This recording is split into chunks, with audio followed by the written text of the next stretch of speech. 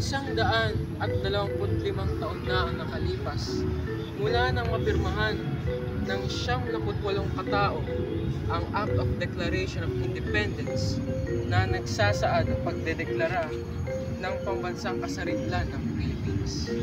Ito ay matapos ng alitan ng dalawang bansang Amerika at Espanya. Paano nga ba sinimulan ito ni Ambrosio Bautista?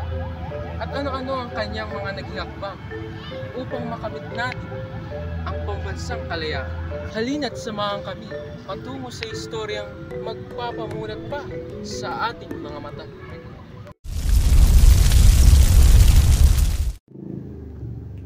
General, we got an info about the Filipinos.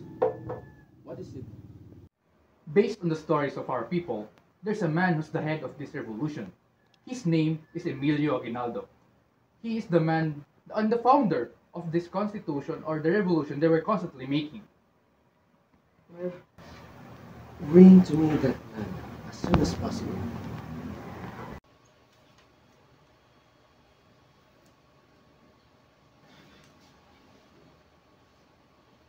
Senyor Presidente, hayaan mo siya tumuloy. Who's Emilio Aguinaldo? Are you Emilio Aguinaldo? Yes, I am. Well, you are arrested by Spanish government because of your revolutionary work. Emilio, hindi mo kailangan tumuloy. Ako nang bahala. Manatili na lang kayong kalmado. Can I bring one personnel with me? Well, if that's what you want. Mag-iingat ka, Emilio.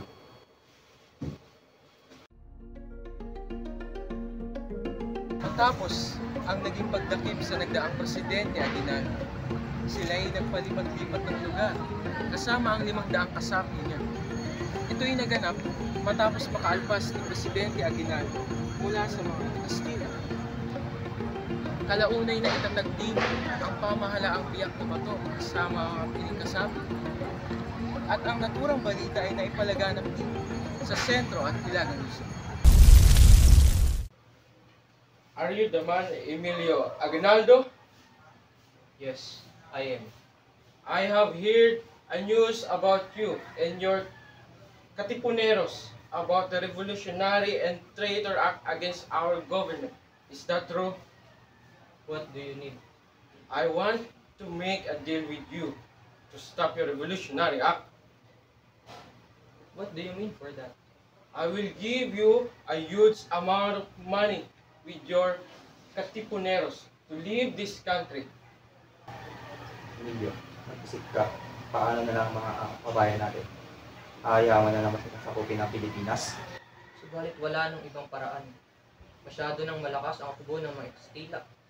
Hindi ko na rin kayang pagmasdan ng nahihirapan ng ating mga kababayan. Sa ngayon, kailangan ko na lang muna mag-isip. I need to take some time for that decision. Go ahead.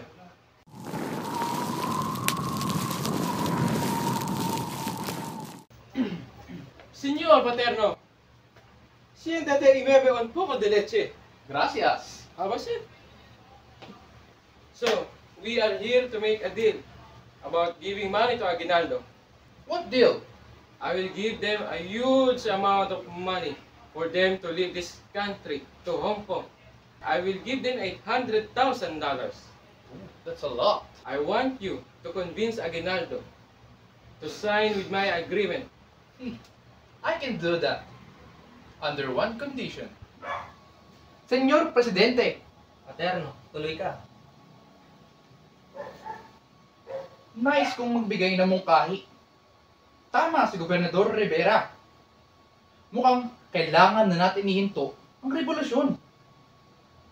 Naipagkasundo ko na rin ang mga salaping iyong matatanggap. Kailangan mo na lamang pumunta at tumungo sa Hong Kong. Ngunit, paano ang mga kasamahan natin? Paano ang mga Pilipino? Hahayaan ba natin sila iiwan ng ganun-ganun lang? Kailangan na rin natin gawin ito. Para rin sa ikabubuti ng lahat. Kung ganun, buo na ang pasya ko. ay handog din sa Presidente Aguinaldo ang salapin na ipangako ng Gobernador General. Naglaong matagumpay din silang nakalapag sa bansang Hong Kong. Senyor Presidente, nakatanggap ako ng sulat mula sa kasapi natin sa Pilipinas. Dumating na sa Pilipinas ang mga Amerikanong sundalo at matagumpay nila natalo ang pwersa ng mga Espanyol. Senyor Presidente, kailangan mo na gumawa ng aksyon. Kailangan natin makabalik sa Pilipinas sa lalong madaling panahon. Kailangan natin makipagkasundo sa Amerika para sa kalayaan ng ating bansa. Sa muli nilang pagbabalik sa bansang Pilipinas, ay agad silang nagtungo sa General ng Amerika upang maisakatuparan ang kasunduan. So you're the man from the revolution, Emilio Aguinaldo. I heard the loss of Spanish people in the battle with you. I owe you something. So what do you want? I want to make a deal for the freedom of our country. Well, if that's the case, I want you to build the government here, the same as ours. You will be their leader, but we will still have the authority of it. Government same as yours? Yes, your people will follow your commands, so that we need you to take over the position of the presidency. Your country needs strong governance. You can't manage it by your own. Soon, it will collapse within your other countries trying to take your country. Well, if that's what you want, give me some time and I will give a good decision for that. Nais ng Amerika na bumuo ako ng pamahalang halintulad sa kanila.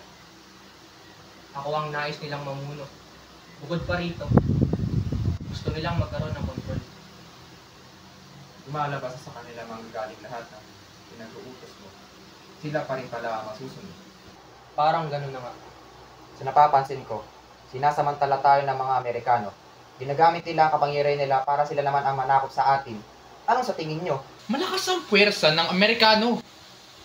Hindi rin natin sila kakayanin sa laban. Mas mainam na lamang at tanggapin natin ang inaalok nila. Ngunit, mayroon tayong magaling na henero ng digmaan. Bakit hindi pakinggan ang kanyang mungkahi? Si Luna na lang ang natitira kong magaling na general sa digmaan. Ngunit kulang na tayo sa bilang ng mga sundalo.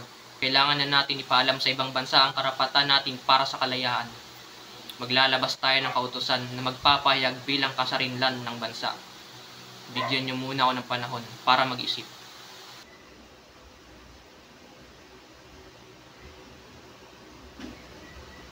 Ipinatawag ko kayong lahat para sa importanteng sasabihin ko.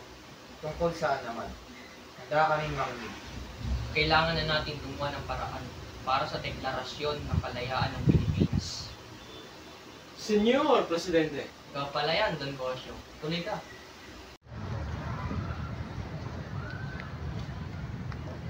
isa si Ambrosio Rienzares Bautista y Altamira, o mas kilala sa pangalang Don Bosio, ang nagtatag o nagdeklara ng pambansang kasarinlan ng Pilipinas. Siya nga ang naging tulay upang maipalaganap ang naturang balita sa karatig lalawigan ng bansa. Saka nga pala, senyor, may nais akong ipagbigay alam sa inyo mga mangyari inyong tingnan. Sige, paliwanag mo. Sinuri ko ang dokumentong iyan na ang Pilipinas ay maaaring lumaya laban sa mga Amerikano. Kailangan ko na nga lang yan ipagbigay alam at ipalagda sa ibang miyembro o kasapi ng ating revolusyonaryo, partikular sa Hilaga at Sentrong Luzon. Subalit, paano ang kasunduan natin sa Amerika? Nalilimutan mo na ba, Senyor Presidente, na kung gagawa ka ng isang kautusan na walang kahintulot ng Amerika, magkakaroon tayo ng malaking gulo. Hindi pa naman tayo tuluyang ng sakop ng Amerika. Lumao na sa Intramuros ang dagdag sundalo ng Amerika. Nasa kamay nila ngayon ang Intramuros.